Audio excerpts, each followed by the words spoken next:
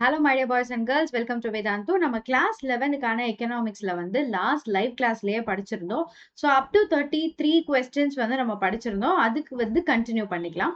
இப்போதான் first time channel பார்க்குறீங்க அப்படின்னா கண்டிப்பாக வந்து சப்ஸ்கிரைப் பண்ணிக்கோங்க. பிகாஸ் தமிழ்நாடு ஸ்டேட் போர்ட் காமர்ஸ்க்கான டெடிகேட்டட் சேனல் மிஸ் பண்ணிடாதீங்க. அண்ட் டெலிகிராமில் இன்னும் ஜாயின் பண்ணலை அப்படின்னா இந்த வீடியோக்கு கீழே ஒரு டெலிகிராம் லிங்க் வரும். அதை கிளிக் பண்ணி கண்டிப்பாக ஜாயின் பண்ணிக்கோங்க. Any updates and class notes நம்மளுக்கு ரிலேட்டடான எக்ஸாம் ரிலேட்டட் ஸ்டடி மெட்டீரியல்ஸ் எல்லாமே அங்கதான்ப்பா அப்டேட் ஆகும். So please do join in the Telegram also. Okay, so risk bearing theory of profit அப்படின்னா என்ன? ஃபர்ஸ்ட் வந்து நம்ம ஆல்ரெடி பார்த்துட்டோம். இந்த lesson is all about distributing அப்படிங்கிறத பார்த்தாச்சு. ஒரு ஃபேக்டர்ஸ் ஆஃப் ப்ரொடக்ஷன் 4 பேர் இருக்கும். நம்ம எப்படி வந்து அவங்களோட ரிவார்ட்ஸை டிஸ்ட்ரிபியூட் பண்றோம் அப்படிங்கிறது தான் இந்த சாப்டர். இதுல ஆல்மோஸ்ட் பார்ட் பி கம்ப்ளீட்டா பார்த்தாச்சு. அண்ட் பார்ட் சில ஒரு 2 கொஸ்டின் மட்டும் லெஃப்ட் அவுட்டா இருக்கு. அதை பார்த்துட்டு நம்ம வந்து பார்ட் டி போயிடலாம். So risk bearing theory profit அப்படிங்கிறத பத்தி தான். இப்போ லேண்ட் லேபர் கேபிட்டல் ஆர்கனைசேஷன்ல அந்த ஆர்கனைசேஷன்ற விஷயத்துக்கு கிடைக்கிறது தான் ப்ராஃபிட். ஸோ ஆத்தர் என்ன சொல்றாரு அப்படின்னா, பிசினஸ் அப்படின்னாலே ரிஸ்க் டேக்கிங் தான் அப்படின்னு சொல்றாரு. ரிஸ்க் பியரிங் தியரி ஆஃப் ப்ராஃபிட்ல ஆத்தர் வந்து ஓகே, பிசினஸ் அப்படின்னாலே நம்ம ஏதோ ஒரு ரிஸ்க் எடுத்தாதான் நம்மளால வந்து பிசினஸ் பண்ண முடியும் அப்படின்னு சொல்றாரு. ரிஸ்க் எடுக்கிறது அப்படிங்கிறது ஒரு பிசினஸ் பீப்புளுக்கு வந்து அது ஒரு இசென்ஷியலான ஃபங்க்ஷன். அவனால அதை ஸ்கிப் பண்ணவே முடியாது. அண்ட் நீங்க எவ்வளோ ரிஸ்க் எடுக்கிறீங்களோ அவ்வளோதான் உங்களுக்கு ப்ராஃபிட் வரும் அப்படிங்கிறதையும் சொல்றாங்க. ஸோ எல்லா பிசினஸ்லயுமே ஏதாவது ஒரு ரிஸ்க் அப்படிங்கிறது இருக்கதான் செய்யுது. ரிஸ்க் இல்லைன்னா ப்ராஃபிட் கிடையாது. நிறைய ரிஸ்க் இருந்தா நிறைய ப்ராஃபிட் இருக்கு அப்படிங்கறத இங்க சொல்றாங்க. So if the entrepreneur does not receive the reward, in case அவனுக்கு வந்து கரெக்டான ப்ராப்பரான ரிவார்ட் கிடைக்கல அப்படின்னா it means he will not be prepare to undertake the risk. அப்ப அவன் வந்து ரிஸ்க் எடுக்கிறதுக்கு ரெடியா இல்லை, அவன் ரிஸ்க்கும் எடுக்கவே இல்லை அப்படின்னு சொல்லி சொல்றாங்க. The higher risk the greater the profit. நிறைய ரிஸ்க் எடுத்தா நிறைய ப்ராஃபிட் கிடைக்கும் அப்படின்னு சொல்லி சொல்றாங்க. ஸோ இதுதான் வந்து நம்மளோட ரிஸ்க் பியரிங் தியரி அப்படின்னு சொல்லி சொல்றோம். ஒரு ஆண்டர்பிரினரும் கூட்ஸ் வந்து ஆன்டிசிபேஷன் ஆஃப் டிமாண்ட்ல தான் ப்ரொடியூஸ் பண்றாங்க. லெட்ஸே இப்போ வந்து மார்க்கெட்ல நிறைய மாடர்ன் ஜீன்ஸுக்கு வந்து டிமாண்ட் இருக்கு அப்படின்னு வச்சுக்கோங்க. ஜீன்ஸ்னா நம்ம பேண்ட் போடுறோம்ல, ஜீன்ஸ் பேண்ட்டுக்கு டிமாண்ட் இருக்கு அப்படின்னு வச்சுக்கோங்க. இந்த ஜீன்ஸ் பேண்ட்டை நீங்க கொண்டு போய் 1990ஸ்லயே டிமாண்ட் இருக்கு அப்படின்னு நம்ம விற்க முடியுமா? We can't, right? ஏன்னா 1990ஸ்ல ஜீன்ஸ் யூஸ் பண்றவங்க அவ்வளோ இல்ல, ரொம்ப கம்மியா தான் இருந்தாங்க. பட் இன்னைக்கு அப்படி கிடையாது. எவ்ரிபடி அந்த ஜீன்ஸ் யூசேஜ் அப்படிங்கிறது நம்மளுக்கு ரொம்ப ஜாஸ்தி ஆயிடுச்சு. மெயின்லி மென் அண்ட் விமன் எல்லாருமே யூஸ் பண்றாங்க. ஸோ ஒரு ஆண்டர்பிரினர் வந்து எப்படி ஒரு பிசினஸ் ஸ்டார்ட் பண்றாரு அப்படின்னா அங்க டிமாண்டை பொறுத்து தான் ஸ்டார்ட் பண்றாரு. இப்போ ஸ்கூலே இல்லாத ஒரு இடத்துல ஸ்கூல் வச்சா ஓடுமா? இல்ல தெருவுக்கு 10 ஸ்கூல் இருக்கிற இடத்துல நம்ம இன்னொரு ஸ்கூல கொண்டு போய் ஓபன் பண்ணோம்னா அது ஓடுமா? இது எல்லாத்துக்குமே பொருந்தும். Let's say it's for grocery shops, ஒரு பியூட்டி பார்லர், இந்த மாதிரி எல்லாத்துக்குமே பொருந்தும். சோ அந்த இடத்துல டிமாண்ட் இருந்தா மட்டும்தான் அந்த ஆண்டர்பிரினர் வந்து ரிஸ்க் ஆக்சுவலி அவர் ரிஸ்க் எடுத்து அந்த பிசினஸ பண்ண முடியும் அப்படின்னு சொல்றாங்க. அவரோட டிமாண்ட் ப்ரிடிக்ஷன் கரெக்டா இருந்தது அப்படின்னா அவருக்கு நல்ல ப்ராஃபிட்ஸ் கிடைக்கும். இன்கேஸ் அவர் ப்ரிடிக்ட் பண்ண டிமாண்ட் வந்து ஒருவேளை தப்பாயிடுச்சு இல்ல மார்க்கெட் சேஞ்ச் ஆயிடுச்சு அப்படின்னாலோ அவருக்கு வந்து லாஸ் தான் கிடைக்கும் அப்படின்னு சொல்றாங்க. ஸோ ப்ராஃபிட் அப்படிங்கிறது ஒரு ஆண்டர்பிரினரோட அந்த மாதிரி ரிஸ்க பொறுத்து தான் இருக்கு அப்படின்னு சொல்றாங்க. This is all about risk bearing theory of profit. Okay, இது வந்து ஒரு 3 மார்க் கொஸ்டின் அப்படிங்கிறதுனால you tend to write 4 to 5 points. Next, marginal productivity theory of distribution. இந்த கான்செப்ட்ல என்ன படிக்கிறோம் அப்படின்னா, நம்ம வந்து மார்ஜினல் ப்ரொடக்டிவிட்டி தியரி அப்படிங்கிறது வந்து பாத்தீங்கன்னா நம்ம சொல்றோம் ஃபேக்டர்ஸ் ஆஃப் ப்ரொடக்ஷனுக்கு நம்ம பே பண்ணணும் அப்படின்னு சொல்லிட்டு. அந்த ஃபேக்டர்ஸ் ஆஃப் ப்ரொடக்ஷனுக்கு எப்படி நீங்க பே பண்றதை டிட்டர்மைன் பண்றது, ஒரு ஃபேக்டருக்கு எவ்வளவு பே பண்ணணும் அப்படின்ற அந்த டிட்டர்மினேஷன் தான் marginal productivity theory of distribution. Okay, so இதுல என்ன சொல்லிருக்காங்க, how the prices of various factors, லேண்டுக்கு நீங்க எவ்வளவு பே பண்ணணும், லேபருக்கு எவ்வளவு பே பண்ணணும், ஆர்கனைசேஷனுக்கு எவ்வளவு பே பண்ணணும் அப்படிங்கிற அந்த வேரியஸ் ஃபேக்டர்ஸுக்கு நீங்க எப்படி பே பண்ணணும்ன்ற அந்த டிட்டர்மினேஷன் தான் நம்மளுக்கு வந்து மார்ஜினல் ப்ரொடக்டிவிட்டி தியரி. இந்த தியரி வந்து ரெண்ட், வேஜஸ், இன்ட்ரெஸ்ட், ப்ராஃபிட் இதெல்லாம் எப்படி நம்ம டிட்டர்மைன் பண்றோம் அப்படின்னு நம்மளுக்கு எக்ஸ்பிளைன் பண்ணுது. அண்ட் இதுக்கு இன்னொரு பேர் என்ன அப்படின்னா ஜெனரல் தியரி ஆஃப் டிஸ்ட்ரிபியூஷன் அப்படின்னு பேரு, national dividend theory of distribution அப்படின்னு பேரு. ஏன் அப்படின்னா பிகாஸ் இதுதான் வந்து இந்த டிட்டர்மினண்டாவே இருக்கிறதுனால. சரியா? சோ ஒரு தியரிக்கு அசம்ஷன்ஸ் அப்படிங்கிறது ரொம்ப ரொம்ப முக்கியம். இந்த அசம்ஷன்ஸ் யாரு அப்படின்னு பாத்தீங்கன்னா, இதெல்லாம் கண்டிஷன்ஸ் ஒழுங்கா இருக்கு, இந்த கண்டிஷன் எல்லாமே ஃபுல்ஃபில்டா இருக்கு அப்படின்னாதான் இந்த தியரி வந்து ஒர்க் அவுட் ஆகும் அப்படிங்கிறது தான் அசம்ஷன். சரியா? All the factors of production are homogeneous. Homogeneous அப்படின்னா ஒரே டைப் ஆஃப் திங்ஸ் அப்படின்னு அர்த்தம். ஃபேக்டர்ஸ் ஆஃப் ப்ரொடக்ஷனை நம்ம சப்ஸ்டிடியூட் பண்ணலாம் அப்படின்னு சொல்லியிருக்காங்க. ஃபேக்டர்ஸ் ஆஃப் ப்ரொடக்ஷன் அப்படிங்கிறது லேண்ட், லேபர், கேபிட்டல், ஆர்கனைசேஷன் அப்படின்னு உங்களுக்கு தெரியும். இதுல சப்ஸ்டிடியூட் பண்ணலாம் அப்படின்னு எப்படி சொல்றாங்கன்னா, இன்கேஸ் உங்களுக்கு வந்து லேபர் கம்மியா இருக்காங்கன்னு வச்சுக்கோங்க, 50 பேர் இருக்க வேண்டிய இடத்துல வி ஆர் ஜஸ்ட் 30 அப்படின்னு வச்சுக்கோங்க. அப்போ நம்ம 1 lakh கேபிட்டல் போடுற இடத்துல 2 lakhs போட்டோம் அப்படின்னாலே நம்மளால அதே ப்ரொடக்ஷனை எடுத்துட்டு வர முடியும் அப்படின்னு சொல்றதுதான் சப்ஸ்டிடியூட்டட். ஓகே, இந்த 4 பேர்ல யாராவது ஒருத்தர் இல்லைன்னா இன்னொருத்தர் அப்படிங்கிற மாதிரி நம்ம சப்ஸ்டிடியூட் பண்ணிக்கலாம் அப்படின்னு சொல்றாங்க. இப்படி ஒரு அசம்ஷன் இருந்தாதான் இந்த தியரி ஒர்க் அவுட் ஆகும். பட் இப்படி ஒரு அசம்ஷன் இருக்குமா அப்படின்னு கேட்டீங்கன்னா, இன் ரியாலிட்டி கண்டிப்பா இருக்க வாய்ப்பு இல்லை. ஏன்னா 100 பேர் வேலை செய்யற இடத்துல நீங்க மெஷினை வேணா ரீப்ளேஸ் பண்ணலாமே ஒழிஞ்சு கேபிட்டல், அதான் அந்த கேபிட்டல் ரீப்ளேஸ்மெண்ட் அப்படிங்கிறது ஆக்சுவலா மெஷின் தான். அதிகமான கேபிட்டல் என்ன பண்ணும், எக்ஸ்ட்ரா 2 பேருக்கு தேவையான அந்த மெஷினரியை உருவாக்கும். அதை தான் அவங்க வந்து சொல்றாங்க. ஓகே, அந்த மாதிரி ஒரு சப்ஸ்டிடியூஷன் பாசிபிலிட்டி இருந்தாதான் இந்த தியரி வந்து ஒர்க் அவுட் ஆகும். அடுத்தது perfect competition in both factor market and product market அப்படின்னு சொல்றாங்க. So what is perfect competition? நீங்க சாப்டர் 5ல படிச்சிருக்கணும். அது உங்களுக்கு புரியுதா புரியலையாங்கிறத எனக்கு கமெண்ட்ல சொல்லுங்க. பெர்ஃபெக்ட் மார்க்கெட்ல நான் ஒரு வீடியோ மேக் பண்றேன். பெர்ஃபெக்ட் மார்க்கெட்டை சாப்டர் 5ல நீங்க படிச்சிருந்திருக்கணும்ப்பா. சரியா? புரியலன்னா எனக்கு சொல்லுங்க. And perfect mobility of factors of production. Mobility is just but a movement. Factors of ப்ரொடக்ஷனை நம்மளால ஈஸியா மூவ் பண்ண முடியணும். அதுதான் அந்த சப்ஸ்டிடியூட்டுக்கு அப்படின்னு சொல்றோம். அடுத்தது ஃபுல் எம்ப்ளாய்மெண்ட் அப்படின்னு சொல்றாங்க. ஃபேக்டர்ஸோட ஃபுல் எம்ப்ளாய்மெண்ட் அப்படின்னா லேபர்ஸை நம்ம நல்ல எக்ஸ்டென்ட்டுக்கு யூஸ் பண்றோம், கொடுத்த கேபிட்டல் எல்லாத்தையுமே யூஸ் பண்றோம், லேண்டையுமே கரெக்டா கம்ப்ளீட்டா யூஸ் பண்றோம் அப்படிங்கிறது தான் full employment of factors. The theory is applicable only in the long run பா. சரியா? லாங் ரன் அப்படின்னா longer period, not 6 months, not 1 year, but for 5 to 10 years or 15 years or more. அடுத்தது the entrepreneurs aim at profit maximization. entrepreneursோட aim எப்படி இருக்கணுமா, profit மேக்ஸிமைசேஷனா இருக்கணும் அப்படின்னு சொல்றாங்க. எஸ், அப்படிதான் இருக்கும். ஆப்வியஸா அப்படிதான் இருக்கும். ஓகே, அசம்ஷன்ஸ்ல நீங்க எனி 5 எழுதுனா கூட போதும். இதோட எக்ஸ்பிளனேஷன் அப்படின்னு சொல்லி பாருங்க. Each factor is rewarded according towards marginal productivity. இந்த வார்த்தைக்கு முதல்ல அர்த்தம் புரிஞ்சுக்கோங்க. மார்ஜினல் ப்ரொடக்டிவிட்டி அப்படின்னா நம்ம வந்து இப்போ ஒரு 50 எம்ப்ளாயீஸ் வச்சிருக்கோம். ஒரு எம்ப்ளாயிய எக்ஸ்ட்ரா நீங்க ரெக்ரூட் பண்றீங்க. அவரை ரெக்ரூட் பண்றது மூலியமா நம்ம பிசினஸுக்கு எக்ஸ்ட்ரா யூனிட் ஆஃப் ப்ரொடக்ஷன் இருக்கா இல்லையா அப்படிங்கிறது தான் மார்ஜினல் ப்ரொடக்டிவிட்டி. புரியுதா நான் சொல்றது? எஸ், நம்ம வந்து எக்ஸ்ட்ரா ஒரு எம்ப்ளாயிய ரெக்ரூட் பண்றோம். அந்த மாதிரி நம்ம ரெக்ரூட் பண்ணையில அந்த ரெக்ரூட்மெண்ட்டுக்கு ஒரு வர்த் இருக்கணும். இப்போ 50 பேர் இருக்கிற இடத்துல பிளஸ் ஒருத்தரை நீங்க ரெக்ரூட் பண்றீங்க. இங்க நம்மளோட ப்ரொடக்ஷன் அப்படின்னு பாத்தீங்கன்னா 10 டன் இருக்கு. என்ன 10 டன்னு? ஏதோ ஒண்ணு 10 டன் ஆஃப் பேப்பர்ஸ் அப்படின்னு வச்சுக்கோங்களேன். We are making a paper manufacturing factory. So 10 ton of papers வந்து நீங்க ப்ரொடியூஸ் பண்றீங்க. அப்ப இந்த ஒரு எம்ப்ளாயி வந்து இந்த 10 டன்ல அடிஷனலா யூனிட்ஸை ப்ரொடியூஸ் பண்ணுவாங்களா மாட்டாங்களா? பண்றாங்க அப்படின்னா அதுதான் மார்ஜினல் ப்ரொடக்ஷன் அப்படின்னு நம்ம சொல்றோம். So marginal product of a factor of production means the addition made to the, இதுதான் பாருங்க, addition made to the total product by employment of an additional unit of that factor. இங்க addition made to the total product, இந்த வார்த்தை இருக்கு இல்லையா, இதுக்கு என்ன அர்த்தம் அப்படின்னா இந்த 10 டன்னுல கூட வந்து ஒரு 100 கிலோவாவது இவர் சேர்க்கிறாரு. 100 கிலோ, 200 கிலோ, 300 கிலோ, 1000 கிலோவாவது இவர் சேர்க்கிறாரு அப்படிங்கிறது தான் மார்ஜினல் ப்ராடக்ட் அப்படின்னு சொல்றோம். இது எப்படி நடக்கும் அப்படின்னா by employment of an additional unit of that factor. அந்த ஃபேக்டர் யாரு? இப்ப லேபர் அப்படிங்கிற ஃபேக்டர். ஓகே, இது ஒண்ணு. இதையே நீங்க கேபிட்டலுக்கும் அப்ளை பண்ணி பாத்தீங்கன்னா ஒரு 10 லட்சம் ரூபாய் இன்வெஸ்ட்மெண்ட்ல நம்மளால 100 டன் ப்ரொடியூஸ் பண்ண முடியுது. இப்ப நான் என்ன பண்றேன் அப்படின்னா அந்த 10 லட்சம் இன்வெஸ்ட்மெண்ட்டுக்கு பதிலா எக்ஸ்ட்ரா ஒரு 1 lakh இன்வெஸ்ட்மெண்ட் போடுறேன். அந்த மாதிரி எக்ஸ்ட்ரா இன்வெஸ்ட்மெண்ட் போடுறதுனால இந்த 10 டன் அப்படிங்கிறது எனக்கு எக்ஸ்ட்ராவா ஒரு 100 கிலோவை கொடுக்குது அப்படின்னா அதுதான் மார்ஜினல் ப்ராடக்ட்.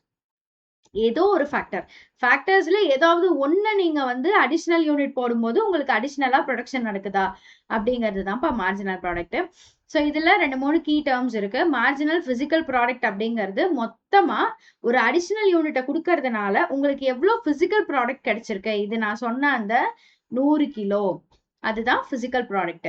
மார்ஜினல் ப்ராடக்டோட வேல்யூ அப்படின்னு சொல்லி பாத்தீங்கன்னா, உங்களுக்கு கிடைச்ச அந்த பிசிக்கல் ப்ராடக்ட் கூட அதோட இப்போ ஒரு மூட்டை வந்து நம்மளுக்கு 50 ரூபாய் அப்படின்னு வச்சுக்கோங்க. அப்ப 100 மூட்டை கிடைச்சிருக்கு, 100 கிலோ கிடைச்சிருக்கு அப்படிங்கிறப்போ 100 into 50 அப்படின்னு நம்ம கால்குலேட் பண்றதுதான் வேல்யூ ஆஃப் மார்ஜினல் ப்ராடக்ட் அப்படின்னு அர்த்தம்.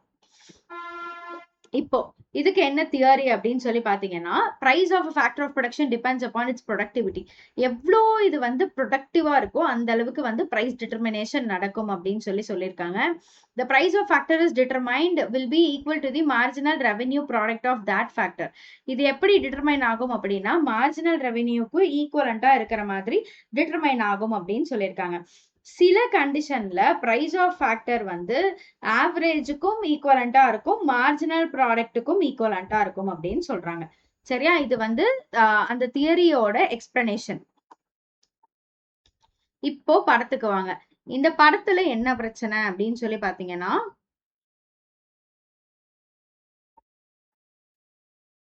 ஓகே. சோ இந்த படத்துல என்ன அப்படின்னா, ஃபேக்டர் பிரைஸ் அண்ட் வந்துட்டு கூட நம்மளோட ரெவென்யூ அப்படின்னு சொல்லி லெஃப்ட் சைட் ஆக்சிஸ்ல கொடுத்துருக்காங்க. எக்ஸ் ஆக்சிஸ்ல வந்து எத்தனை யூனிட் அப்படிங்கறத கொடுத்துருக்காங்க. சோ இங்க எம்ஆர்பி, ஏஆர்பி இதுதான் நம்ம வந்து மார்ஜினல் ரெவென்யூ ப்ராடக்ட். இது வந்து மார்ஜினல் ரெவென்யூ ப்ராடக்ட், இது ஆவரேஜ் ரெவென்யூ ப்ராடக்ட். இப்போ ஒரு ஃபர்ம் வந்து எப்படி வேலை பார்த்துட்டு இருக்கு அப்படின்னா, marginal revenue product, average revenue product அப்படின்னா என்னன்னு பாத்துக்கோங்க. ஆவரேஜா அந்த ஃபர்ம் எவ்வளவு பண்ணும் அப்படிங்கிறது ஆவரேஜ் ரெவென்யூ ப்ராடக்ட்.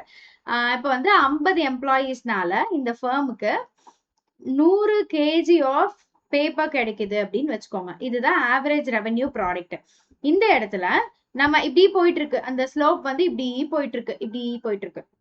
உடனே இந்த மார்ஜினல் ரெவென்யூ ப்ராடக்ட் அப்படின்னு ஒரு கர்வ் இருக்குல்ல, ஒரு ப்ளூ கலர் கர்வ் இருக்கு இல்லையா, இது வந்து என்ன அப்படின்னு பாத்தீங்கன்னா, 50 எம்ப்ளாயிஸ்க்கு பதிலா இப்ப நான் வந்து என்ன பண்றேன்னா 51 எம்ப்ளாயி அப்படின்றத பிக்ஸ் பண்ணிட்டு இருக்கேன். அப்போ உடனே எனக்கு அது எப்படி போகுது, 110 கிலோ அப்படின்னு போகுது, இல்ல 103 கிலோ அப்படின்னு போகுதுன்னு வச்சுக்கோங்க.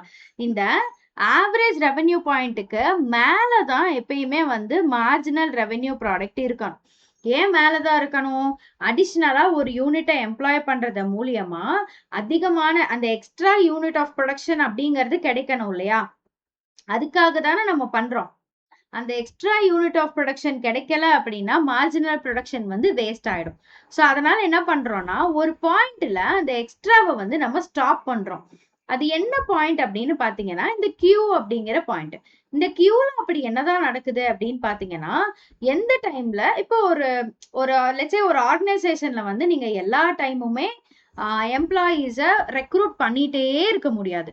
ஒரு கட்டத்துல இந்த எம்ப்ளாயோட ரெக்ரூட்மெண்ட் அப்படின்னு சொல்லி பாத்தீங்கன்னா, அது வந்து நின்னு போயிடும். எப்போ அவனோட தேவை முடிஞ்சோடனே அது வந்து நின்னு போயிடும். சரியா? இப்ப அந்த மாதிரி ஒரு சினாரியோ தான் இந்த கியூ அப்படிங்கிற பாயிண்ட்ல நடந்திருக்கு. இந்த கியூல பாருங்க, ஒரு எம்ப்ளாயோட தேவை வந்து எப்ப நின்னு போகுது அப்படின்னா, நீங்க 10 பேரை இப்போ 51 பேரை ரெக்ரூட் பண்றீங்க, 110 கிலோ வருது. 52 பேரை ரெக்ரூட் பண்றீங்க, அப்ப 115 கிலோ கிடைக்குது. 53 பேரை ரெக்ரூட் பண்றீங்க, அப்ப 120 கிலோ கிடைக்குது. 54வது ஆளை ரெக்ரூட் பண்ணும்போது you will get only 120 again. அப்போ எக்ஸ்ட்ரா ஒரு ஆளை ரெக்ரூட் பண்றது மூலியமா எனக்கு பெனிஃபிட்டே இல்ல அப்படின்னு தெரிய வருது இல்லையா? அந்த மாதிரி பெனிஃபிட்டே இல்ல அப்படின்னு தெரிய வரும்போதுதான் இந்த ஆர்கனைசேஷன் என்ன பண்ணும்னா இதை வந்து ஸ்டாப் பண்ணிடும். சரி போதும், இதுக்கு மேல ஆள் எடுக்க வேணாம், இருக்கிற 54 பேரை வச்சு வாழ்ந்துக்கலாம் அப்படின்னு சொல்லி இந்த ஆர்கனைசேஷன் ஸ்டாப் பண்ணும். அந்த ஸ்டாப் பண்ற பாயிண்ட் தான் நீங்க கியூ அப்படின்னு மார்க் பண்ணிருக்கோம். சரியா? அது எந்த யூனிட்ல ஸ்டாப் பண்ணுது அப்படின்னு பாக்குறதுக்கு தான் இங்க ஒரு லைன் ஒண்ணு வரைஞ்சிட்டு கீழே எண்ணுக்கு வரும். எண் அப்படின்னா 54 பேர் தான் வந்து இங்க அந்த மாதிரி ஒரு மார்ஜினல் ரெவென்யூவை கொடுக்குறாங்க. ஜஸ்ட் ஒரு 4 பீப்புள் தான் அதை கொடுக்க முடியுது அப்படிங்கறத டிட்டர்மைன் பண்றது தான் அந்த எண் அப்படிங்கிற பாயிண்ட். கிளியராப்பா? ஓகேயா? ஸோ திஸ் இஸ் அவ்வளவுதான். ஸோ இந்த இந்த பிளேஸ்ல இந்த கியூங்கிற பாயிண்ட் எல்லாம் marginal factor cost is equal to average factor cost அப்படின்னு சொல்றாங்க. இந்த ஃபேக்டர் காஸ்ட் அப்படிங்கிறது வந்து ஜஸ்ட் ஒரு பொருளை நம்ம வந்து ப்ரொடக்ஷன் பண்றதுக்காக நம்மளுக்கு ஆகிற செலவு தான். ஓகேயா? வெரி ஈஸி, செலவு தான், பெருசா ஒன்றும் இல்லை. நெக்ஸ்ட் என்னென்ன ரெப்ரசென்ட் பண்ணுது அப்படின்ட்டுப்பா. X axis and Y axis வந்து இது ஃபேக்டரை ரெப்ரசென்ட் பண்ணுது. இது வந்து பிரைஸ் அண்ட் ரெவன்யூவை ரெப்ரசென்ட் பண்ணுது. Marginal revenue product curve, average revenue product curve, average factor cost, marginal factor cost. AFC அப்படிங்கிறது பர்ஃபெக்ட் காம்படிஷன்ல ஹரிசாண்டலா இருக்கு. எம்எஃப்சி வந்து அது கூட காயின்சைட் ஆகுது. பர்ஃபெக்ட் காம்படிஷன்னா நான் ஆல்ரெடி சொன்னேன். நீங்க என்ன படிச்சீங்க, அதுல என்ன புரிஞ்சதுன்னு எனக்கு சொல்லணும். எந்த பேஜ் நம்பர்ல இருக்கு, என்ன கான்செப்ட் புக்ல இருக்கு அப்படின்னு சொல்லக்கூடாது. பர்ஃபெக்ட் காம்படிஷன்னா என்னன்னு உங்க லாங்குவேஜ்ல உங்களுக்கு என்ன புரிஞ்சுது அப்படிங்கறத சொல்லுங்க. அண்ட் அதுக்கு நல்ல எக்ஸாம்பிள்ஸும் வேணும். ஓகே, இப்போ மார்க்கெட்ல பர்ஃபெக்ட் காம்படிஷன் இருக்கு அப்படின்னா அப்ப ஈக்லிபிரியம் வந்து எம்எஃப்சி இஸ் ஈக்குவல் டு எம்ஆர்பில நடக்குது அப்படின்னு சொல்றாங்க. ஈக்லிபிரியம் அப்படின்னா என்ன அப்படின்னு சொல்லி பாருங்க. அந்த ஃபேமுக்கான ஒரு ஃபேம் ஈக்லிபிரியம்ல இருக்கு அப்படின்னா அதோட அட்மோஸ்ட் பாயிண்ட் ஆஃப் ப்ராஃபிட்டா அது பார்த்துருச்சு அப்படின்றது தான் அர்த்தம். சரியா? இப்போ நம்ம அங்க பார்த்தது அப்படியே கம்பேர் பண்ணி இங்க பாத்தீங்கனாலே உங்களுக்கு தெரிஞ்சிரும். there is no exploitation of factors under perfect competition. perfect competition அப்படின்ற டைம்ல உங்களுக்கு எந்த விதமான ஃபேக்டர்ஸும் வந்து வேஸ்டா செலவாகாது, கரெக்டா யூஸ் ஆயிடும். அப்படியே கம்ப்ளீட்டா இருக்கிற ஃபேக்டர்ஸ் எல்லாமே யூஸ் ஆயிடும் அப்படிங்கறத ஞாபகம் வச்சுக்கோங்க. and beyond point Q, price paid to the factor is more than the marginal revenue product. Okay, இப்போ இந்த எக்ஸ்பிளனேஷன் என்னன்னு நான் சொல்றேன் பாருங்க. இப்போ இந்த கியூ பாயிண்ட்டுக்கு மேல நம்ம இன்னும் ஆளை ரெக்ரூட் பண்ணிருக்கோம்னு வைங்களேன். 55th ஆளை வந்து ரெக்ரூட் பண்ணிட்டு இருக்கோம் அப்படின்னா அவனுக்கு நம்ம கொடுக்க வேண்டிய சம்பளம் அப்படிங்கறது நம்ம லாஸ்ட்ல தான் கொடுப்போம். ஏன்னா மார்ஜினல் ரெவென்யூ வந்தாதான் உங்களால வந்து அந்த எக்ஸ்ட்ரா ஆளுக்கு சம்பளம் கொடுக்க முடியும். பட் அவனுக்கு கொடுக்குற சம்பளத்தை வந்து நம்ம அதிகமா தான் வந்து கொடுக்குற மாதிரி இருக்கும். அதனால ஓனர்ஸ் வந்து இதுக்கு மேல ஒரு ஆளை வந்து புதுசா ரெக்ரூட் பண்ண மாட்டாங்க அப்படின்னு சொல்லி சொல்றாங்க. ஓகேப்பா, I think we are clear with that. இந்த கொஸ்டினுக்கு வந்து நீங்க அந்த மார்ஜினல் டயக்ராமும் வரையணும், இருக்கிற எக்ஸ்பிளனேஷன் இந்த லெட்டர்ஸ் அது எல்லாமே கொடுக்கணும். ரிகார்டியன் தியரி ஆஃப் ரெண்ட் ரொம்ப ஈஸி. புரிஞ்சுக்கிட்டா இந்த கொஸ்டின் வந்து ரொம்ப ரொம்ப ஈஸி. ரெண்ட் அப்படிங்கிறது என்னதுன்னா நம்ம ஒரு லேண்டை யூஸ் பண்றதுக்காக ஒரு ஓனருக்கு கொடுக்கற ஒரு ஃபீஸ் மாதிரி, அதுதான் வந்து ரெண்ட். சரியா? which is paid to the landlord for the use of the original and indestructible powers of the soil. அந்த லேண்டை நீங்க யூஸ் பண்றதுக்காக நீங்க ஓனர்ஸ்க்கு கொடுக்கக்கூடிய காசு தான் வந்து ரெண்ட் அப்படின்னு சொல்லி சொல்றோம். Land differs in fertility. Assumptions எப்படி இருக்கணும் அப்படின்னு பாருங்க. இந்த அசம்ஷன்ஸ் இருந்தா மட்டும்தான் உங்களுக்கு இந்த தியரி வந்து ஒர்க் அவுட் ஆகும். Land differs in fertility. ஓகேயா? லேண்டோட இன்ஃபர்டிலிட்டி அப்படிங்கிறது வந்து மாறுது. And law of diminishing returns operates in agriculture. Law of diminishing returns நம்ம வந்து போன சாப்டர்ல படிச்சிருப்போம். Law of diminishing marginal utility அப்படின்னு நினைக்கிறேன். அந்த மாதிரி படிச்சிருப்பீங்க. அது என்னன்னு படிச்சீங்கிறதையும் எனக்கு சொல்லுங்க. And rent depends upon the fertility and location of the land. இந்த இடத்துல நம்ம ரிகார்டியனோட கான்செப்ட் என்ன அப்படின்னா லேண்டுக்கு லேண்ட் வந்து ஃபர்டிலிட்டியும் மாறும், அதோட லொகேஷனும் மாறும். அந்த ஃபர்டிலிட்டியை டிட்டர்மைன் பண்ணி தான் இவர் இப்படி ஒரு பெரிய தியரியே கொடுத்திருப்பாரு. ஓகேயா? And the theory assumes perfect competition and a longer period. Perfect competition தான் அப்படின்ற சினாரியோ. அண்ட் இது வந்து 1 வருஷம் 2 வருஷம் இல்ல, longer period. there is a existence of marginal land or no rent land. இங்க வந்து என்ன கான்செப்ட்ல சொல்லியிருப்பாங்க அப்படின்னா ரெண்டே இல்லாத ஒரு லேண்டும் இருக்கும் அப்படின்ற கான்செப்ட்ல சொல்லியிருப்பாங்க. அண்ட் லேண்டுக்கு வந்து எப்பயுமே ஒரு ஒரிஜினல் இன்டிஸ்ட்ரக்டபிள் பவர்ஸ் இருக்கு அப்படின்னு சொல்லியிருப்பாங்க. லேண்டு வந்து ஒரு சாதாரண விஷயம் இல்ல, அதுக்கு ஏதாவது ஒரு பவர் இருக்கும் அப்படின்னு சொல்லியிருப்பாங்க. அண்ட் லேண்ட் வந்து கண்டிப்பா கல்டிவேஷன் பர்பஸ்க்காக மட்டும்தான் யூஸ் பண்றோம் அப்படின்னு பேசியிருப்பாங்க. அதுதான் வந்து assumption. Most fertile lands are cultivated first. இப்போ எந்த லேண்ட்ல நீங்க வந்து பயிர் விளைவிச்சீங்க அப்படின்னா உங்களுக்கு உடனே வந்து நிறைய ஃபர்டிலிட்டி கிடைக்கும், நிறைய பெனிஃபிட்ஸ் கிராப்ஸ் கிடைக்கும் அப்படின்னு இருக்கோ அதை தான் நம்ம ஃபர்ஸ்ட் பண்ணுவோம் அப்படிங்கிறது அசம்ஷன். ஓகே, இதெல்லாம் என்ன அப்படின்னு கேட்டீங்கன்னா these are all the assumptions. இந்த மாதிரி அசம்ஷன்ஸ் இருந்தா மட்டும்தான் இந்த தியரி வந்து ஒர்க் அவுட் ஆகும். ஓகே, அதுதான் கான்செப்ட். இதுல ஏதாவது ஒண்ணு இல்லைனாலும் தியரி ஒர்க் அவுட் ஆகாது. 8 பாயிண்ட் இருக்கு. You just try to write 5 points. Okay, என்ன அப்படின்னு சொல்லி பாருங்க. Assume some people settle on the newly discovered island. சில பீப்புள் வந்து ஐலாண்டுக்கு போறாங்கப்பா. அவங்க என்ன பண்றாங்க அப்படின்னா ஏ அப்படின்னு ஒரு லேண்டுக்கு போயிட்டு அங்க வந்து பாடிய விளைவிக்கிறாங்க. Okay, we have A, B and C.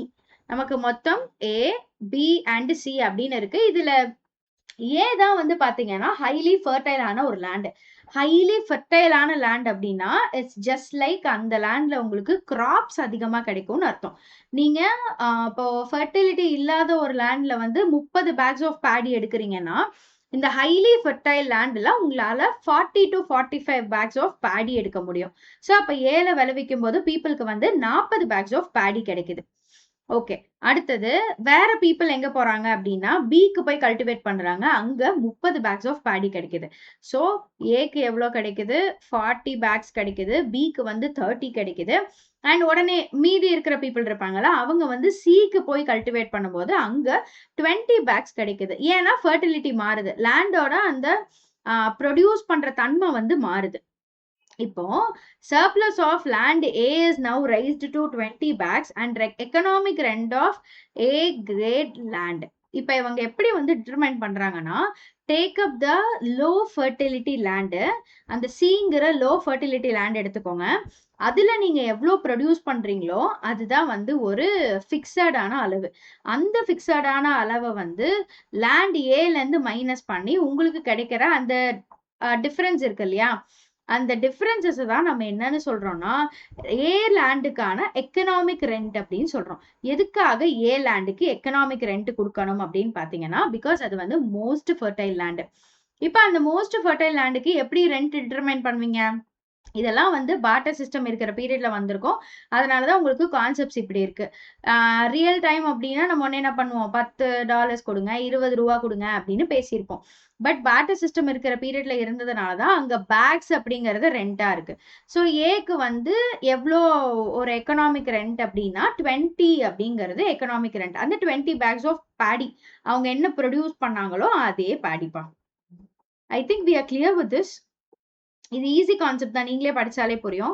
So இப்போ பிக்கான சர்ப்ளஸ் அப்படின்னு சொல்லி பார்த்தீங்கன்னா சியோட லிமிட் எவ்வளோ? 20. பி எவ்வளோ ப்ரொடியூஸ் பண்றாங்க? 30. அப்போ அந்த ரிமைனிங் 10 பேக்ஸ் இருக்கு இல்லையா, இதுதான் வந்து சிக்கான எக்கனாமிக், ஐ மீன் பிக்கான எக்கனாமிக் ரெண்ட்.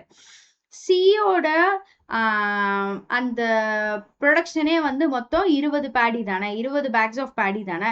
அது போக அது ஒரு லீஸ்ட் ஃபெர்டைல் லேண்ட் அப்படிங்கிறதுனால அது வந்து ஒரு நோ ரெண்ட் லேண்ட் அப்படின்னு சொல்லி சொல்றோம்.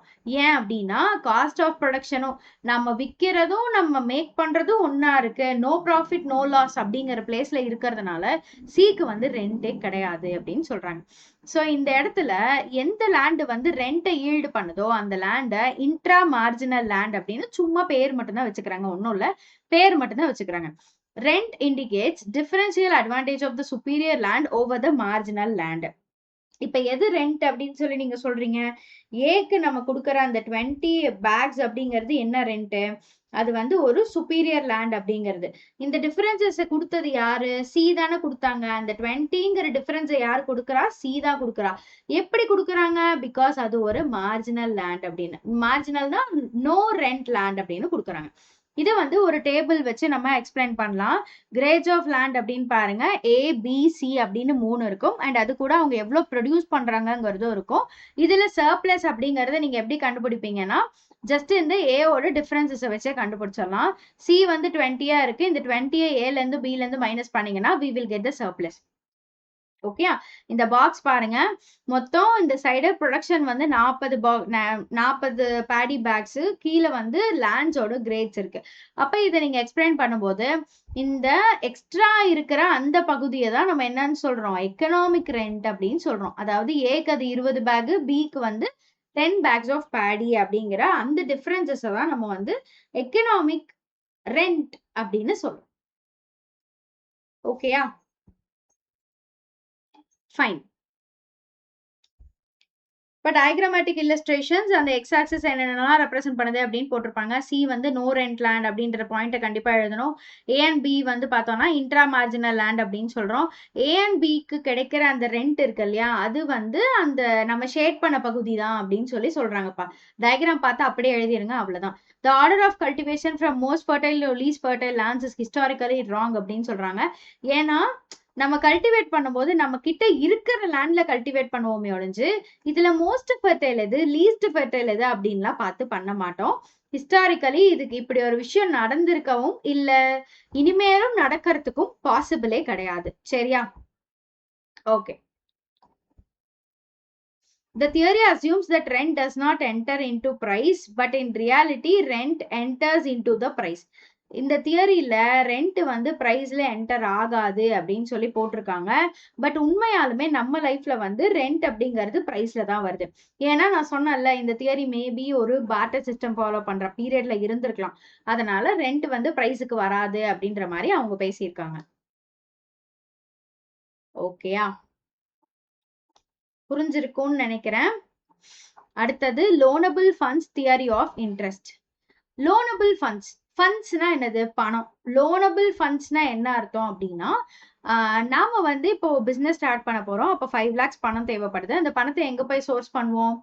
பேங்க் இருக்கு, ஃபினான்ஷியல் இன்ஸ்டிடியூஷன்ஸ் இருக்கு, இல்ல ஃப்ரெண்ட்ஸ் இருக்காங்க, கடனா எங்க வேணாலும் வாங்கிக்கலாம். இந்த மாதிரி நிறைய சோர்ஸ் இருக்கு. அந்த மாதிரி சோர்சஸை பத்தி தான் இந்த தியரி வந்து சொல்லும். So loanable funds theory of interest அப்படின்றது வந்து நீங்க எங்க வாங்குறீங்களோ அதை பொறுத்து உங்களுக்கு இன்ட்ரெஸ்ட். இது வந்து ஒரு கிளாசிக்கல் தியரி. இது நிறைய பேர் கொடுத்துருக்காங்க. விக்ஸில், பர்ட்டில், ஓஹிலன், மைட்ரால், இந்த மாதிரி நிறைய பேர் கொடுத்துருக்காங்க. இந்த தியரி என்ன சொல்லுது அப்படின்னா, நான் ஃபண்டை வாங்கி யூஸ் பண்றேன். பேங்க்ல இருந்து 10 லட்ச ரூபாய் ஃபண்டை வாங்கி நான் பிசினஸ் ஸ்டார்ட் பண்றேன். அந்த பிசினஸுக்கு நான் மாசம் மாசம் அந்த வாங்கின பணத்துக்கு நான் மாசம் மாசம் வட்டி கட்டணும் இல்லையா? அதுதான் வந்து இன்ட்ரெஸ்ட் அப்படின்னு சொல்லி சொல்றாங்க. Very easy concept. Interest is the price paid for the use of loanable funds. Okay. The rate of interest வந்து எப்படி டிட்டர்மைன் பண்ணுவீங்கிறது ஆக்சுவலா தியரியே. Equilibrium between the demand and supply of loanable funds in the credit market. அப்போ இந்த சப்ளையும் demand and supply இது ரெண்டுமே வந்து மார்க்கெட்ல எங்க மீட் ஆகுதோ அந்த இடத்துல தான் நம்ம வந்து அந்த இன்ட்ரெஸ்ட் எவ்வளோ அப்படிங்கறத டிட்டர்மைன் பண்ணுவோம் அப்படின்னு போட்டிருக்காங்க. பட் யூஸ்வலி பாத்தீங்கன்னா நம்ம எப்படி வந்து இன்ட்ரெஸ்ட் டிட்டர்மைன் பண்றோம்னா, நம்ம ஊர்ல வந்து repo rate and reverse repo rate அந்த மாதிரி நம்ம யூஸ் பண்ணிட்டு இருக்கோம். பட் இந்த கான்செப்ட் வந்து டிஃபரெண்டா அந்த சப்ளை அண்ட் டிமாண்டை பொறுத்து அப்படின்னு சொல்லி சொல்லுதுப்பா. ஓகேயா? அண்ட் டிமாண்ட் ஃபார் லோனபிள் ஃபண்ட்ஸ் எப்படி இருக்கும் அப்படின்னு சொல்லி பாருங்க. Okay. So demand for லோனபிள் funds எப்படி வந்து இந்த மாதிரி இந்த கடன் வாங்குறது வந்து எப்படி ஃபண்ட்ஸ் எதுக்காக தேவைப்படும் அப்படின்னு பார்த்தீங்கன்னா, இன்வெஸ்ட்மெண்ட், கன்சம்ஷன் அண்ட் ஹார்டிங். இது ரொம்ப ஈஸி. இன்வெஸ்ட்மெண்ட்டுக்காக டிமாண்ட் இருக்கும், கன்சம்ஷனுக்காக டிமாண்ட் இருக்கும், ஹார்டிங்காக டிமாண்ட் இருக்கும். இன்வெஸ்ட்மெண்ட் அப்படின்னு சொல்லி பார்த்தீங்கன்னா, த மோஸ்ட் கடன் வாங்குற கான்செப்டை ஞாபகம் வச்சுக்கோங்க. இந்த லோனபிள் ஃபண்ட்ஸ் தியரியில வந்து பேங்க்ல நம்ம கடன் வாங்குற அந்த கான்செப்டை ஞாபகம் வச்சுக்கோங்க. த மோஸ்ட் இம்பார்ட்டன்ட் ஃபேக்டர் அப்படின்னு சொல்லி பார்த்தீங்கன்னா, லோனபிள் ஃபண்ட்ஸ்க்கு டிமாண்ட் ஃபார் இன்வெஸ்ட்மெண்ட். அப்போ இந்த லோனபிள் ஃபண்ட்ஸ்க்கான மேஜர் டிமாண்ட் எங்கேருந்து வருதா? பிசினஸ் ரிலேட்டடான இன்வெஸ்ட்மெண்ட்டுக்காக வருது. யாரு போய் பேங்க்ல அதிகமா கடன் வாங்குறா? ஒரு தொழில் தொடங்குறவங்க கடன் வாங்குறாங்க அப்படின்னு சொல்றாங்க. அடுத்த பிளேஸ் அப்படின்னு சொல்லி பார்க்கும்போது, இண்டிவிஜுவல்ஸ் எதுக்காக கடன் வாங்குறாங்க பேங்க்ல இருந்து அப்படின்னா, யார் எதுக்காக கடன் வாங்குவா? கண்டிப்பா ஒரு ரெகுலர் யூஸ்க்காக கடன் வாங்குவாங்க. மேபி அவங்க சேலரி பத்தாம இருக்கலாம், இல்ல வந்து குழந்தைங்களுக்கு ஸ்கூல் ஃபீஸ் கட்டலாம், இல்ல திடீர்னு ஒரு ஃபெஸ்டிவல் வரலாம், தீபாவளி பொங்கல் மாதிரி ஒரு ஃபெஸ்டிவல் வரலாம். உடனே அதுக்கு நம்ம என்ன பண்றோம் அப்படின்னா, ஓகே நம்ம கிட்ட இருக்கிற ஏதாவது ஒரு ஜுவல்ல பிளட்ஜ் பண்ணியோ இல்ல வேற எந்த வகையிலனாலும் லோனை சோர்ஸ் பண்றோம் அப்படின்னா, நம்ம கன்சம்ஷன் பர்பஸ்க்காக அதை வந்து சோர்ஸ் பண்றோம். அடுத்தது ஹார்டிங் டிமாண்ட் அப்படின்னு சொல்லி பார்க்கும்போது, இந்த மாதிரி எதுக்காக பண்ணுவாங்க அப்படின்னா, அவங்க வந்து லிக்விடிட்டியை மாத்துறதுக்காக இந்த மாதிரி பண்ணுவாங்க. நிறைய பேர் பணத்தை பதுக்கி வைக்கிறாங்க அப்படின்னு கேள்விப்பட்டிருப்பீங்க இல்லையா? அதுதான் வந்து ஹோர்டிங் அப்படின்னு சொல்றோம். ஈக்லிபிரியம் அப்படின்ற வார்த்தைக்கு வந்து பேலன்ஸ் அப்படின்னு அர்த்தம். எப்ப வந்து total supply, total demand of loanable funds பேலன்ஸ்டா ஈக்குவலண்டா இருக்கோ அந்த டைம்ல தான் நம்ம வந்து ரேட் ஆஃப் இன்ட்ரெஸ்ட்டை டிட்டர்மைன் பண்றோம் அப்படின்னு சொல்றாங்க. ஸோ சப்ளை அப்படின்னு பார்க்கும்போது அது வேற. இப்போ டிமாண்ட் அப்படின்னு பார்க்கும்போது இங்க நீங்க பாத்தீங்கல்ல, சி அப்படின்னு பாத்தீங்கல்ல, ஹெச், இது வந்து டிமாண்ட். ICH அப்படிங்கிறது டிமாண்ட். சப்ளை அப்படிங்கிறது வந்து SBCDHDI அப்படின்னு சொல்லி சொல்லுவோம். எஸ்னா சேவிங்ஸ். சப்ளை ஆஃப் மணி அப்படிங்கிறது எப்படி இருக்குன்னா, சேவிங்ஸ்ல இருந்து நம்ம இப்ப பேங்க் வந்து லெண்ட் பண்ணணும். பேங்க் வந்து வர்ற எல்லாருக்கும் கடன் கொடுக்கணும்னு வச்சுக்கோங்க. எங்க இருந்து எடுத்து கொடுக்கும்? நம்மலாம் வேற யாராவது பீப்புள் சேவிங்ஸ்ல போட்டு வச்சிருப்பாங்கல்ல, அந்த பணத்தை தூக்கி கடன் கொடுக்கும். அடுத்தது DH அப்படின்னா டிஸ்ஹார்டிங் அப்படின்னு அர்த்தம். இப்போ ஹார்டிங் பண்றவங்க வந்து பணத்தை பதுக்கி வைக்கிறாங்க. பணத்தை பதுக்காம இருக்கிறது டிஸ்ஹார்டிங். அண்ட் இன்வெஸ்ட்மெண்ட் வந்து நம்ம என்ன பண்றோம்? இன்வெஸ்ட்மெண்ட் பர்பஸ்க்காக டிமாண்ட் ஜாஸ்தி ஆகுது பிசினஸ்ல அப்படின்னு பார்த்தோம். டிஸ்இன்வெஸ்ட்மெண்ட் இஸ் DH அப்படின்னா நம்ம பண்ண இன்வெஸ்ட்மெண்ட்ல இருந்து எடுத்து கொடுக்கறது தான் சப்ளை. டிஸ்இன்வெஸ்ட்மெண்ட் அப்படிங்கிறது வந்து சப்ளை. ஓகே, ஸ்ட்ரைட்டா அடுத்து படத்துக்கு போயிட்டோமா? இங்க இருக்கு. பேங்க் கிரெடிட், சேவிங்ஸ் அப்படின்னு சொல்லி பார்க்கும்போது இது வந்து இண்டிவிஜுவல்ஸோ இல்ல பிசினஸோ சேவிங்ஸ் பண்றது சேவிங்ஸ். பிசி அப்படிங்கிறது பேங்க் கிரெடிட். இப்பதான் நம்ம பார்த்தோம். அந்த சோர்ஸ் ஆஃப் மணி அப்படிங்கிறது பேங்க் கிரெடிட்ல இருந்து வரும். And dishoarding and disinvestment. சரியா? இப்ப இந்த இமேஜ்ல வந்து பாருங்க. ஓகே, இந்த இமேஜ்ல LDLS இது வந்து டிமாண்டுக்கான ஒரு கர்வ், இது வந்து சப்ளைக்கான ஒரு கர்வ். இப்பதான் நம்ம பார்த்தோம். இந்த டிமாண்ட் டிட்டர்மைன் பண்றது யாரு அப்படின்னு சொல்லி ஒரு 3 பேரை பார்த்தோம். யாருப்பா அந்த 3 பேர் அப்படின்னா, ஒருத்தர் இன்வெஸ்ட்மெண்ட், இன்னொருத்தர் கன்சம்ஷன், இன்னொருத்தர் வந்து ஹார்டிங். சரியா? அண்ட் அதே மாதிரி இந்த சப்ளையை டிட்டர்மைன் பண்றதுக்கும் ஒரு 4 பேர் இருக்காங்க அப்படின்னு சொல்லி பார்த்தோம். ஒருத்தர் சேவிங்ஸ், இன்னொருத்தர் வந்து பேங்க் கிரெடிட், இன்னொருத்தர் டிஸ்ஹார்டிங் அண்ட் டிஸ்இன்வெஸ்ட்மெண்ட் அப்படின்னு சொல்லி பார்த்தோம். கரெக்டா? இப்ப நம்ம பார்க்க வேண்டிய பாயிண்ட் அப்படின்னு சொல்லி பாத்தீங்கன்னா, இந்த எல்லும் டியும் மீட் பண்ற இந்த ஈக்லிபிரியம் பாயிண்ட் இருக்கு இல்லையா, இதுதான் நம்ம பார்க்கணும். Let's say rate of interest வந்து ரைட் சைட்ல போக போக போக போக நம்மளுக்கு அந்த டிமாண்ட் இன்ட்ரெஸ்ட் ரேட்டு அதிகமா இருக்கு. மேல இந்த பச்சை கலர் கோடு இருக்கிற இடம் பாருங்க, இன்ட்ரெஸ்ட் ரேட்டு அதிகமா இருக்கு.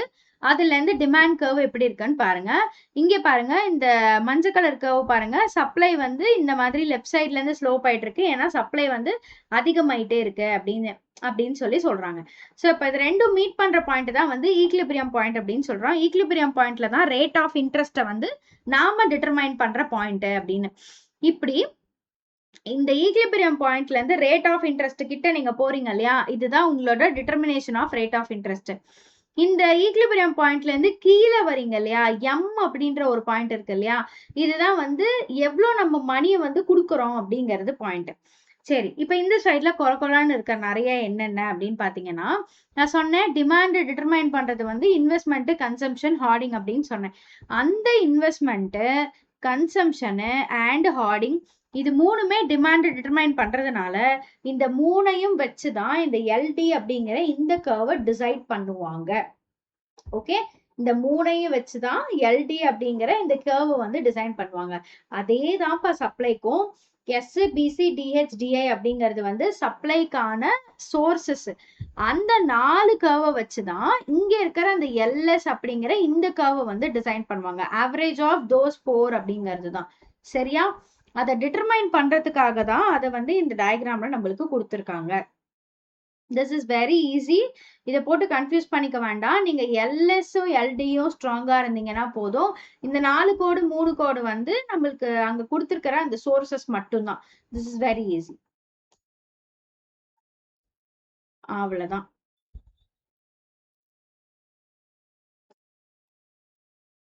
ஓகே, கீன்சனோட தியரி ஆஃப் இன்ட்ரெஸ்ட் அப்படின்னு சொல்லியிருக்காங்க. இன்ட்ரெஸ்ட் இஸ் ஆல்சோ, நம்ம எதுக்காக இன்ட்ரெஸ்ட் கொடுப்போம், ஒரு லோன் வாங்குறோம் அப்படின்னா தான் இன்ட்ரெஸ்ட் கொடுப்போம். அதை பத்தி கீன்சன் என்ன சொல்லியிருக்காரு அப்படின்னு சொல்லி பாருங்க. According to Keynes, interest is a reward for parting with the liquidity for a specified period of time. இப்போ இந்த லிக்விடிட்டி அப்படிங்கிற கான்செப்ட் உங்களுக்கு தெரியுமான்னு தெரியல. ஓகே, லிக்விடிட்டி அப்படிங்கிறது வந்து நம்ம எவ்வளோ ஈஸியா ஒரு விஷயத்த பணமா மாத்த முடியும் அப்படிங்கிறது தான் லிக்விடிட்டி. ஹைலி லிக்விடான விஷயம் வந்து கேஷ், கோல்டு. அதுக்கப்புறம் நான் லிக்விட் அசெட்ஸ் அப்படின்னு சொல்லி பார்த்தோம்னா லேண்டு, பில்டிங்கு, இதெல்லாமே நான் லிக்விட் அசெட். ஏன்? பிகாஸ் நம்மளால அதை நினைச்சோடனே ஈஸியா காசா மாத்த முடியாது. ஸோ கீன்ஸ் என்ன சொல்றாருன்னா, நாம இந்த லிக்விடிட்டியை வந்து பார்ட்டிங் பண்றது தான் அந்த இன்ட்ரெஸ்ட் அப்படின்ற ரிவார்டு அப்படின்னு சொல்லி சொல்றாரு. லிக்விடிட்டி ப்ரிஃபரன்ஸ் அப்படின்னா என்ன அப்படின்னு பாத்தீங்கன்னா, மக்கள் எப்பயுமே எதை ப்ரிஃபர் பண்ணுவாங்கன்னா, எல்லாத்தையுமே கேஷா வச்சுக்கணும் அப்படின்னு தான் ப்ரிஃபர் பண்ணுவாங்க, ரேதர் தேன் நான் லிக்விட் அசெட்ஸ் அப்படின்னு சொல்லி சொல்றாங்க. ஸோ இந்த நான் லிக்விட் அசெட்ஸ் அப்படிங்கிறது தான் இப்ப சொன்ன இந்த பில்டிங்கு, லேண்டு, அதெல்லாமே. So motives of demand of money அப்படின்னா, மொத்த மக்கள் எதுக்காக மணி வச்சிருக்காங்க, நம்ம 2 மார்க்லயே இதை படிச்சோம். பீப்புள் எதுக்காக மணி வச்சிருக்காங்க அப்படின்னா, transaction motive, precautionary motive, speculative motive அப்படின்னு பார்த்தோம். டிரான்சாக்ஷன் மோட்டோ அப்படின்னா அவங்களோட டெய்லி லைஃப்ல அவங்க செலவு பண்றதுக்காக காசை வச்சிருப்பாங்க. ப்ரிகாஷனரி மோட்டோ அப்படின்னா ஏதோ ஒரு ஆக்சிடென்ட் நடக்குது, ஒரு அன்ஃபார்சீன் சிச்சுவேஷன் வருது அப்படின்னா அதை வந்து செலவு பண்ணி மீட் பண்றதுக்காக மக்கள் வந்து காசை வச்சிருப்பாங்க. அண்ட் மூணாவது ஸ்பெகுலேட்டிவ் மோட்டோ. இதுதான் நான் சொன்னேன், நம்ம வந்து மார்க்கெட்ல ஏதாவது சேஞ்சஸ் நடக்குது, திடீர்னு ஷேர் மார்க்கெட்ல ஏதோ ஒரு பெரிய சேஞ்ச் நடக்குது அப்படின்னா அதுல பார்ட்டிசிபேட் பண்ணணும் அப்படிங்கிறதுக்காக மக்கள் வந்து பணத்தை வச்சிருப்பாங்க. ஸோ இதுதான் வந்து மக்கள் பணத்தை ஹோல்ட் பண்றதுக்கான 3 மோட்டோ அப்படின்னு சொல்றாங்க. ஓகே. இப்ப கீன்ஸ் எப்படி வந்து ரேட்ட டிட்டர்மைன் பண்றாரு அப்படின்னா, டிமாண்ட் ஃபார் அண்ட் சப்ளை. இவருமே வந்து டிமாண்ட் அண்ட் சப்ளை அப்படின்னு தான் எடுத்துட்டு வராரு. ஸோ மணியோட டிமாண்ட் அப்படின்னு பாத்தீங்கன்னா எப்பயுமே லிக்விடிட்டி ப்ரிஃபரன்ஸ் தான். அண்ட் சப்ளை ஆஃப் மணி அப்படிங்கிறது வந்து கவர்மெண்ட்டோ சென்ட்ரல் பேங்க்கும் தான் டிட்டர்மைன் பண்றாங்க அப்படின்னு சொல்றாங்க. இப்ப நம்மளுக்கு நடக்குது இல்லையா, ரெப்போ ரேட் வந்துட்டு ஏறிடுச்சு அப்படின்னா பீப்புள் கடன் வாங்குற விகிதம் ஏறிடும். அதாவது பீப்புள் கடன் வாங்குற அந்த இன்ட்ரெஸ்ட் ரேட் வந்து ஏறிடும். அதே தான் ஃபார் ரிவர்ஸ் ரெப்போ ரேட்டுமே. ஸோ இதை டிட்டர்மைன் பண்றது வந்து கவர்மெண்ட் அண்ட் சென்ட்ரல் பேங்க் அப்படின்னு நம்ம கீன்சன் வந்து சொல்றாரு. Equilibrium between demand and supply of money அப்படின்னு சொல்லி பாத்தீங்கன்னா இது ரெண்டு தான் நம்மளுக்கு வந்து இந்த டிட்டர்மினேஷன் கொடுக்குது அப்படின்னு சொல்றாங்க. ஸோ இந்த இடத்துல ஷார்ட் ரன்ல சப்ளை ஆஃப் மணி அப்படிங்கிறது கான்சிஸ்டன்டா தான் இருக்கும். அதாவது சப்ளை ஆஃப் மணி வந்து மாறாது அப்படின்னு சொல்றாங்க. ஸோ இந்த இடத்துல பாருங்க, demand for money and supply of மணியை எக்ஸ்பிளைன் பண்றதுக்காக இங்க நம்மளுக்கு ஒரு டயக்ராம் இருக்கு. ஓகே. லிக்விடிட்டி ப்ரிஃபரன்ஸ் தான். எஸ், இந்த லிக்விடிட்டி ப்ரிஃபரன்ஸ் வந்து எப்படி மாறுது அப்படிங்கறத காட்டுறாங்க. ஐ அப்படிங்கிறது இன்ட்ரெஸ்ட்பா, இ அப்படிங்கிறது நம்மளோட equilibrium point. So liquidity preference வந்து over the period of time மாறும்போது உங்களுக்கு ரேட் ஆஃப் இன்ட்ரெஸ்ட் எப்படி இருக்கு, இ பாயிண்ட்ல இருக்கு. மறுபடியும் லிக்விடிட்டி ப்ரிஃபரன்ஸ் வந்து அந்த P1 L1 அப்படிங்கிறது வந்து சேஞ்ச் ஆனதுக்கு அப்புறம் வர இன்ட்ரெஸ்ட் தான் E1. பட் இங்க இருக்கிறது பாருங்க, E அப்படிங்கிற பாயிண்ட் வந்து என்னது, நம்மளோட ஃபர்ஸ்ட் வந்து இன்ட்ரெஸ்ட். அப்ப இந்த பாயிண்ட்டை நீங்க மார்க் பண்ணிட்டு இது லெஃப்ட்ல இருந்து ஒரு கர்வ் எடுத்துட்டு வரீங்கன்னா இதுதான் நம்மளோட இன்ட்ரெஸ்ட் டிட்டர்மினேஷன். இதை டிட்டர்மைன் பண்றது யாரு அப்படின்னா demand for money and supply for money தான் அப்படின்னு சொல்லி சொல்றாங்க. ஸோ இந்த இடத்துல பாருங்க, எல்பி அப்படிங்கிறது லிக்விடிட்டி ப்ரிஃபரன்ஸ் கர்வ், நம்ம லாஸ்ட் இதுலயே பார்த்தோம். எம் அப்படிங்கிறது supply curve of money to satisfy the speculative motive அப்படின்னு சொல்லியிருக்காங்க. அதாவது இந்த M2 அப்படின்ற இந்த கர்வ். அடுத்தது ரெண்டு கர்வுமே இ அப்படிங்கிற பாயிண்ட்ல தான் இன்டர்செக்ட் ஆகுது. எஸ், இ அப்படிங்கிற பாயிண்ட்ல தான் இன்டர்செக்ட் ஆகுது. ஸோ லிக்விடிட்டி ப்ரிஃபரன்ஸ் வந்து L1 எல்பில இருந்து L1 P1க்கு போகும்போது சப்ளை ஆஃப் மணி வந்து கான்ஸ்டன்டா இருக்கு. அதே மாதிரி இன்ட்ரெஸ்ட் ரேட்டு O1ல இருந்து அந்த 0I ல இருந்து 0I1க்கு போயிடுது. இது வந்து இங்க சொல்றாங்க. லிக்விடிட்டி ப்ரிஃபரன்ஸ் வந்து இந்த எல்பி அப்படிங்கிறது இந்த மஞ்சள் கலர் கோடு, L1 P1 அப்படிங்கிறது இந்த ரெட் கலர் கோடு. இங்க இருந்து இங்க மேல ஏறும்போது என்ன ஆகுதுன்னா ரேட் ஆஃப் இன்ட்ரெஸ்ட் வந்து இங்க இருந்துச்சு OI அப்படின்ற ஃபார்ம்ல, அதுவும் ஏறிடுது OI1க்கு அப்படின்னு சொல்லி சொல்றாங்க. ஓகேயா, இத வேரியஸ் கண்டிஷன்ஸ்ல காட்டுறது தான் இந்த M2 M2 M4 M3 அதெல்லாமே. ஓகேயா. ஸோ எல்பி அப்படின்றது கான்ஸ்டன்டா இருந்தது அப்படின்னா சப்ளை ஆஃப் மணி வந்து OM2ல இருந்தா இன்ட்ரெஸ்ட் வந்து OI2க்கு போயிடும். அந்த இதுல பார்த்தோம்ல, ஃபர்ஸ்ட் டயக்ராம்ல பார்த்தோம்ல, அதேதான். சப்ளை ஆஃப் மணி வந்து கம்மி ஆயிடுச்சு அப்படின்னா இன்ட்ரெஸ்ட்டுமே கம்மி ஆயிடும். So supply of money increase ஆகும்போது இன்ட்ரெஸ்டும் இன்க்ரீஸ் ஆகும். இங்க பாருங்க, இந்த கர்வ்ல பாருங்க, எல்பி அப்படிங்கிறது கன்சிஸ்டன்ட் கர்வா. இப்போ நம்மளோட டிமாண்ட் அண்ட் சப்ளை அப்படிங்கிறது இங்கதான் இருக்கு. ஸோ சப்ளை ஆஃப் மணி அப்படிங்கிறது இங்க இந்த E4ன்னு ஒரு பாயிண்ட் இருக்கு பாத்தீங்களா, இந்த பாயிண்ட்ல பாருங்க, இன்ட்ரெஸ்ட் எங்க இருக்கு, I4ல இருக்கு. இதே வந்து சப்ளை அண்ட் டிமாண்ட் அப்படிங்கிறது சேஞ்ச் ஆகும்போது E2க்கு போயிடுது அண்ட் இன்ட்ரெஸ்டும் ஆட்டோமேட்டிக்கலி I2க்கு போயிடுது. இது இன்ட்ரெஸ்ட் அதிகம், இப்படி மேலேயே ஒய் ஆக்சிஸ்ல போறது வந்து இன்ட்ரெஸ்ட் அதிகம். இங்க இருக்கிற E3 அப்படின்ற பாயிண்ட் பாருங்க, இன்ட்ரெஸ்ட் இன்னும் மேல ஏறிடுச்சு. இன்ட்ரெஸ்ட் எப்படி டினோட் பண்றாங்கன்னா 0 to I3 அப்படின்னு டினோட் பண்றாங்க. ஓகேயா, இதுதான்ப்பா வித் ரிகார்ட் டு கீன்ஸனோட இன்ட்ரெஸ்ட் தியரி. இந்த தியரி வந்து ஒரே டைம்ல மார்க்கெட்ல நிறைய இன்ட்ரெஸ்ட் ரேட் இருக்கு, அதை பத்திலாம் இந்த தியரி பேசவே இல்லை அப்படின்னு சொல்றாங்க. And it explains interest rate only in the short run அப்படிங்கிறதையும் ஒரு ப்ராப்ளமா சொல்றாங்க. ஓகேயா, இது கீன்ஸனோட இன்ட்ரெஸ்ட் தியரி. ஸோ இதுல நம்ம வந்து கண்டிப்பா அந்த 3 மோட்டோஸ் எழுதணும். அந்த 3 மோட்டோஸ் குடுத்ததுக்கு அப்புறமா நீங்க அந்த டயகிராம்ஸ் குடுத்துருங்க. டயகிராம்ஸ் வந்து ஒன் மோர் டைம் நான் உங்களுக்கு கூட சொல்றேன். Rate of interest, demand for money and supply of money. இதுல இந்த எல்பி அப்படிங்கிற கர்வ் வந்து லிக்விடிட்டி ப்ரிஃபரன்ஸ். என்ன லிக்விடிட்டி ப்ரிஃபரன்ஸ் அப்படின்னா இப்பதான் நம்ம படிச்சோம். பீப்புள் வந்து பணத்தை எப்படி வச்சுக்கணும்னு விரும்புவாங்க. லிக்விடிட்டியா இருக்கணும்ன்ற அந்த ப்ரிஃபரன்ஸ் தான் லிக்விடிட்டி ப்ரிஃபரன்ஸ். அது ஏற இறங்க வரும்போது உங்களுக்கு இன்ட்ரெஸ்ட் ரேட்டும் ஏற இறங்க வரும். அந்த டயக்ராமை விட்டுட்டு இந்த டயக்ராம்லயே பாருங்க. அது ஏற இறங்க மாறும் பொழுது நம்மளுக்கு இன்ட்ரெஸ்டும் மாறுது அப்படிங்கறத காட்டுறது தான் இந்த ஒரு டயக்ராம். இதுல பாருங்க M4ல வந்து கீழே ஈக்லிபிரியம் பாயிண்ட் ரொம்ப கீழே இருக்கு. டிமாண்ட் அண்ட் சப்ளை வந்து ரொம்ப கீழே இருக்கு. அப்ப அங்க பாருங்க இன்ட்ரெஸ்ட் ரேட் வந்து I4. இந்த M2 அப்படின்ற அந்த பச்சை கலர் கர்வ் பாருங்க. அதுல இன்ட்ரெஸ்ட் ரேட் வந்து I2. அப்ப இது எப்படி சேஞ்ச் ஆயிருக்கு? OI4ல இருந்து OI2க்கு சேஞ்ச் ஆயிருக்கு அப்படின்னு சொல்றாங்க. மூணாவது வந்து E3ல ஈக்லிபிரியம் பாயிண்ட் OI2ல இருந்து OI3க்கு போயிடுச்சு. இன்ட்ரெஸ்ட் ரேட் வந்து இப்படி மேல ஏறுது. இப்படி ஏறுது அப்படின்னு சொல்றாங்க. ஓகேயா? எஸ்பா. I think we are ton.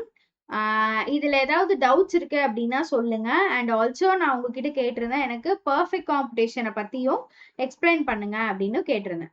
ஓகேயா? Okay. So we'll meet in next sessions. I would like to bring accountancy.